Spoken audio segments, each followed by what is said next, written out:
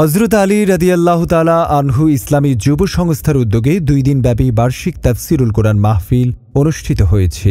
রুবিরহাট সরকারি উচ্চ বিদ্যালয় মাঠে হাজারো মুক্তিকামী মানুষের উপস্থিতিতে দেশবরেণ্য ওলামায়ে কেরামগণ বয়ান পেশ করেন।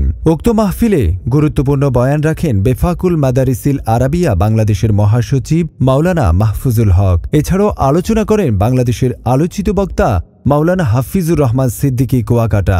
মাহফিলে অতিথি হিসাবে উপস্থিত ছিলেন দৈনিক জনতার জমিন পত্রিকার সম্পাদক ও প্রকাশক জাবেদ আলম কিরণ। এ সময় তিনি বলেন, যুব সমাজকে দেশ এবং জাতির দায়িত্ব নিতে হবে, সমাজ উন্নয়নে তাদের অবদান রাখতে হবে। আজকে আসলে এই মাঠে সকল টুবি পাঞ্জাবি দাড়ি পরা আমার বাপ চাচারা এবং ভাই ছোট ভাই সবাইকে দেখে মনোমুগ্ধকর হয়ে গেছি। আর আমরা 2012 সালে, আমি 13 সালে বাংলাদেশ ছেড়েছি, হ্যাঁ তার 1 বছর আগেই আমাদের যুবকদের উদ্যোগে এই ওয়াজ ও দোয়ার মাহফিলের আয়োজন শুরু হয়েছে। আমি সেই প্রতিষ্ঠাতা সদস্য হিসাবে সেই থেকে আমি পৃথিবীর যে প্রান্তে থেকেছি, পৃথিবীর যে প্রান্তে ছিলাম, যে অবস্থা ছিলাম, খারাপ অবস্থায় ছিলাম আমি অনেকদিন, সবাই হয়তো জানে না। আমি যখন ব্রাজিলে কর্মরত ছিলাম তখনও আমি এই যুব সংস্থা উদ্যোগে যে মাহফিল এটাকে আমি সহযোগিতা করেছি।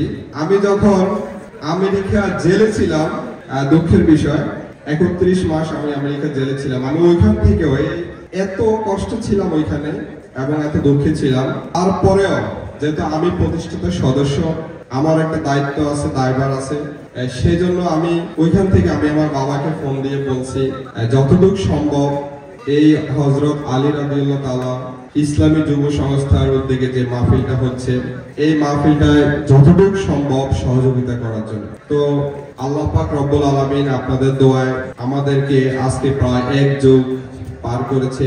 এই ওয়াজ ও দোয়ার মাহফিল আপনাদের সবাই সহযোগিতায় চলতেছে।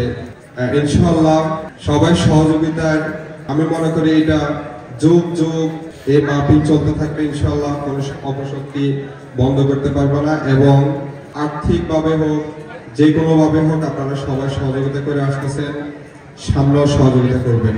এবং আমাদের প্রতিষ্ঠাতা সদস্য থেকে অনেকগুলো সদস্য সবাই আমরা তখন একসাথে ছিলাম, কেউ বিদেশে চলে গেছে, কেউ ঢাকা কর্মরত আছে, কেউ নোয়াখালীতে, এক একজন এক এক জায়গায় কর্মরত আছে। কিন্তু আমি যতটুকু দেখেছি প্রতি বছর এই ওয়াজ ও দোয়ার মাহফিলে যখন কাছাকাছি একটা সময় চলে আসে সবাই কিন্তু মিলিত হয় এবং আমি দেখেছি সবাই যতটুকু সম্ভব সহযোগিতা করে যাচ্ছে।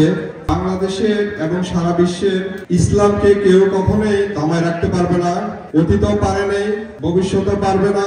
ইনশাআল্লাহ আমাদের এই হযরত আলী রাদিয়াল্লাহু তাআলা যুব সংস্থার উদ্যোগে যে ওয়াজ ও দোয়ার মাহফিল হচ্ছে আজকে 1 যুগ ব্যাপী, এই ওয়াজ ও দোয়ার মাহফিলকে কেউ দমায় রাখতে পারবে না ইনশাআল্লাহ। মাহফিলে আশপাশের এলাকা থেকে বিপুল সংখ্যক তাওহীদি জনতার উপস্থিতি দেখা যায়। দোয়া ও মুনাজাতের মধ্য দিয়ে মাহফিল শেষ হয়।